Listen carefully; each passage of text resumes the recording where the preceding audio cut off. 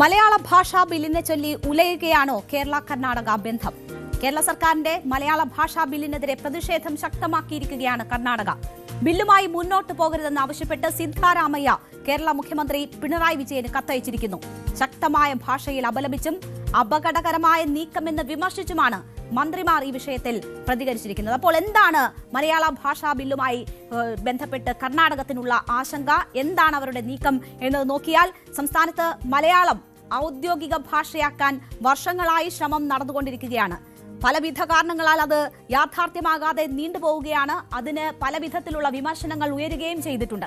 കേരളം ഒഴികെ മറ്റെല്ലാ സംസ്ഥാനങ്ങളും 1969 തന്നെ മാതൃഭാഷയിൽ ഭരണനിർവഹണം എന്നത് പ്രാബല്യത്തിലാക്കിയിട്ടുണ്ട്.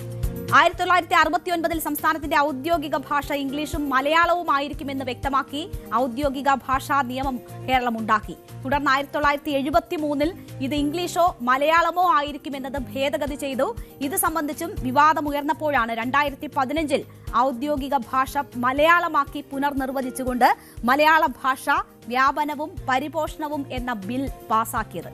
എന്നാൽ ബിൽ തമിഴും കന്നഡയും ഉൾപ്പെടുന്ന സംസ്ഥാനത്തെ ഭാഷാ ന്യൂനപക്ഷങ്ങളുടെ ഭരണഘടനാ അവകാശങ്ങൾ ലംഘിക്കുന്നതാണ് എന്ന സംശയത്തിൽ സുപ്രീംകോടതി മുൻ ചീഫ് ജസ്റ്റിസ് ആയിരുന്ന അന്നത്തെ ഗവർണർ പി സദാശിവം രാഷ്ട്രപതിയുടെ പരിഗണനയ്ക്ക് അയക്കുകയായിരുന്നു.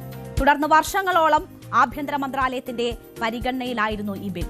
ഒടുവിൽ രാഷ്ട്രപതി ബില്ലിന് അംഗീകാരം നിഷേധിച്ചു. അങ്ങനെ 10 വർഷം നീണ്ട ശ്രമം പരാജയപ്പെട്ടപ്പോഴാണ് 2025 പുതിയ ബിൽ നിയമസഭ പാസാക്കിയത്.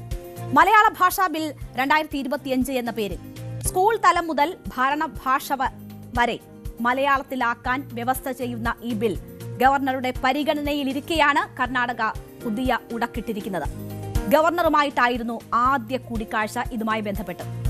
കേരളത്തിന്റെ പുതിയ ഭാഷാ നിയമമായ മലയാളം ഭാഷാ ബിൽ 2025 തള്ളണമെന്ന ആവശ്യവുമായാണ് കർണാടക സർക്കാരിന്റെ പ്രതിനിധികൾ ഗവർണർ രാജേന്ദ്ര വിശ്വനാഥ് അർലേക്കരെ കണ്ടത്.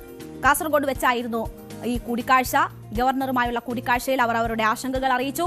കേരളത്തിന്റെ ബില്ല് പൂർണ്ണമായും ഭരണഘടനാ വിരുദ്ധമാണ് എന്നത് കർണാടക സർക്കാരിന്റെ പ്രതിനിധികൾ ഗവർണറോട് ചൂണ്ടിക്കാട്ടി. ഈ ബിൽ കാസർഗോഡ് ജില്ലയിലെ കന്നഡ സംസാരിക്കുന്ന കുടുംബങ്ങളെ പ്രതികൂലമായി ബാധിക്കുമെന്നും Karnataka border area development authority ചൂണ്ടിക്കാട്ടി. ഇതിന് പിന്നാലെയാണ് ബിൽ പിൻവലിക്കണമെന്ന ആവശ്യവുമായി കർണാടക മുഖ്യമന്ത്രി സിദ്ധാരാമയ്യ പരസ്യമായി രംഗത്ത് വന്നത്. ബിൽ കാസർകോട്ടെ ഭാഷാ ന്യൂനപക്ഷങ്ങളുടെ മൌലികാവകാശങ്ങൾ തകർക്കുന്നതും ഭരണഘടനാ വിരുദ്ധവുമെന്ന് കാട്ടി കർണാടക മുഖ്യമന്ത്രി സമൂഹ മാധ്യമ പോസ്റ്റിലൂടെ ആരോപണങ്ങൾ ഉന്നയിച്ചു. ഇന്നലെ ഈ ട്വീറ്റിലൂടെ കേരളത്തെ പ്രതിഷേധമറിയിച്ച സിദ്ധാരാമയ്യ പിന്നാലെ തന്നെ കേരള മുഖ്യമന്ത്രിക്ക് കത്തയച്ചിരിക്കുകയാണ്. ബില്ലുമായി മുന്നോട്ടു പോകാനാണ് നീക്കമെങ്കിൽ അതിനെ നിയമപരമായി നേരിടുമെന്നതാണ് സിദ്ധാരാമയ്യയുടെ കത്തിലുള്ള മുന്നറിയിപ്പ്. അപ്പോൾ ഇങ്ങനെ ഒരു നീക്കം കർണാടകയുടെ ഭാഗത്തു നിന്നും ഉണ്ടാകുമ്പോൾ അതിനെ ശക്തമായി എതിർക്കുകയാണ് കേരളം. കർണാടകത്തിന്റെ എതിർപ്പിനെ രാഷ്ട്രീയ പ്രേരിതം എന്ന ആരോപണം ഉയർത്തി ചെറുക്കുകയാണ് കേരളം. സിദ്ധാരാമയ്യയുടെ പ്രസ്താവനയ്ക്കെതിരെ മന്ത്രിമാരായ MP രാജേഷും P രാജീവും രംഗത്തു വന്നു. മലയാള ഭാഷാ ബില്ലിൽ കർണാടക മുഖ്യമന്ത്രി സിദ്ധാരാമയ്യയുടെ നിലപാടിനെ വിമർശിച്ച മന്ത്രി P രാജീവ് കർണാടക മുഖ്യമന്ത്രി കാര്യങ്ങൾ പഠിക്കാതെ തെറ്റായ നിലപാട് സ്വീകരിക്കുകയാണ് എന്ന് കുറ്റപ്പെടുത്തി. ഭാഷാ ന്യൂനപക്ഷങ്ങൾക്ക് അവരുടെ ഭാഷയിൽ പഠിക്കാനും കത്തിടപാടുകൾ നടത്താനും ബില്ലിൽ വ്യവസ്ഥ ചെയ്തിട്ടുണ്ട് എന്ന കാര്യം മന്ത്രി തന്നെ വ്യക്തമാക്കുന്നു. മലയാള ഭാഷാ ബിൽ നാടിന്റെ പൊതുവികാരമാണെന്നും മലയാളികൾക്കെതിരെ കർണാടക മുഖ്യമന്ത്രി വരുമ്പോൾ സത്യം പറയേണ്ട ഉത്തരവാദിത്തം കോൺഗ്രസിനില്ലേ എന്നും മന്ത്രി ചോദിക്കുന്നു. കർണാടക മുഖ്യമന്ത്രി കാര്യങ്ങൾ പഠിക്കാതെ കോൺഗ്രസ് നേതൃത്വത്തിന്റെ നിർദ്ദേശപ്രകാരമായിരിക്കാം ഒരു വളരെ തെറ്റായ നിലപാടാണ് സ്വീകരിച്ചിട്ടുള്ളത്. മലയാള ഭാഷാ ബില്ല് എന്നുള്ളത് ഈ നാടിന്റെ പൊതുവായ വികാരമാണ്. നമ്മൾ നേരത്തെ ഒരു ബില്ല് പാസ്സാക്കി രാഷ്ട്രപതിക്ക് അയച്ചു. അതിന് അംഗീകാരം കിട്ടിയില്ല. നമ്മളുമായി ചർച്ച നടത്തി വിശദീകരണങ്ങൾ ചോദിച്ച് അതിന് വിശദീകരണമൊക്കെ നൽകിക്കൊണ്ടിരിക്കുമ്പോൾ തന്നെ ബില്ലിന് അനുമതി നിഷേധിച്ചതായിട്ട് വന്നു. അതിന്റെ എല്ലാ ഭാഗങ്ങളും പരിശോധിച്ചിട്ടാണ് ഇത്തവണ നമ്മൾ ബില്ല് അവതരിപ്പിച്ചത്. ആ ബില്ലിൽ ഈ പറയുന്ന ഭാഗങ്ങളൊന്നുമില്ല. കന്നഡ തമിഴ് ന്യൂനപക്ഷങ്ങൾ ഉള്ള ഭാഷാ ന്യൂനപക്ഷങ്ങൾ അവർക്ക് അവരവരുടെ ഭാഷയിൽ പഠിക്കാനാണ് പുതിയ ബില്ലിൽ വ്യവസ്ഥ ചെയ്തിരിക്കുന്നത്. ആ ബില്ലാണ് നിയമസഭ പാസ്സാക്കിയത്.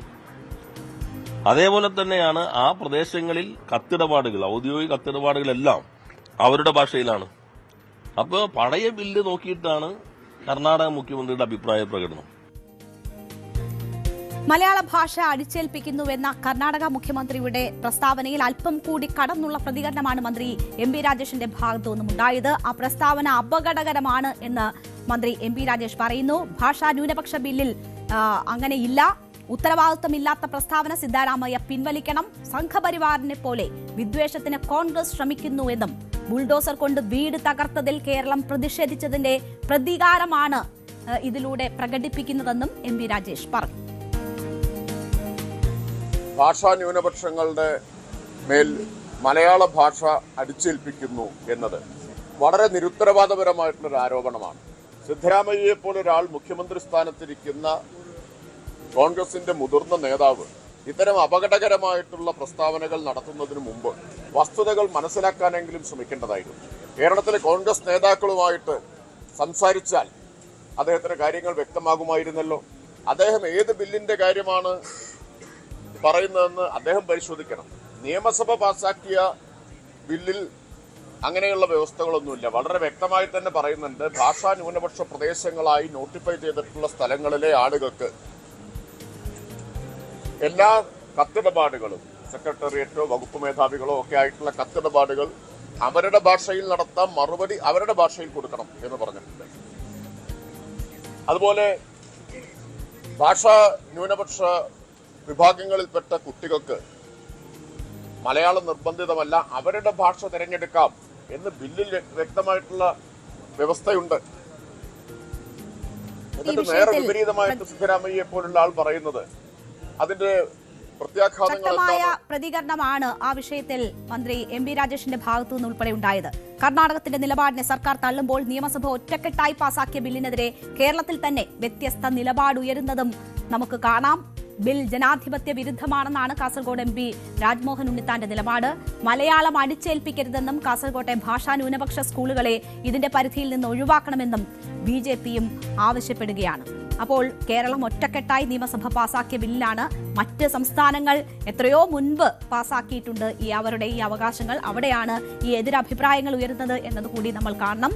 എന്തായാലും ബില്ലിൽ ഗവർണർ രാജേന്ദ്ര അർലേക്കർ എടുക്കുന്ന നിലപാടാണ് ഇനി നിർണായകമാകുക. മറ്റെല്ലാ സംസ്ഥാനങ്ങളും 1969 തന്നെ മാതൃഭാഷയിൽ ഭരണനിർവഹണം പ്രാബല്യത്തിലാക്കിയിരുന്നു. കേരളത്തിന്റെ വർഷങ്ങളായുള്ള പരിശ്രമങ്ങൾ പാഴായിപ്പോയി. വീണ്ടും ഇത് നിയമപ്രശ്നങ്ങളിലേക്ക് നീങ്ങുന്നു എന്നതിന്റെ സൂചനകൾ വരുന്നു. അതിനുമപ്പുറം അയൽ സംസ്ഥാനങ്ങളുടെ ബന്ധത്തിൽ വിള്ളലിലേക്കും ഈ പ്രശ്നങ്ങൾ നയിക്കുമോ എന്ന ആശങ്ക കൂടി ഉയരുകയാണ്. കൂടുതൽ വാർത്തകൾക്ക് news 18 Keralam YouTube channel subscribe ചെയ്യുക.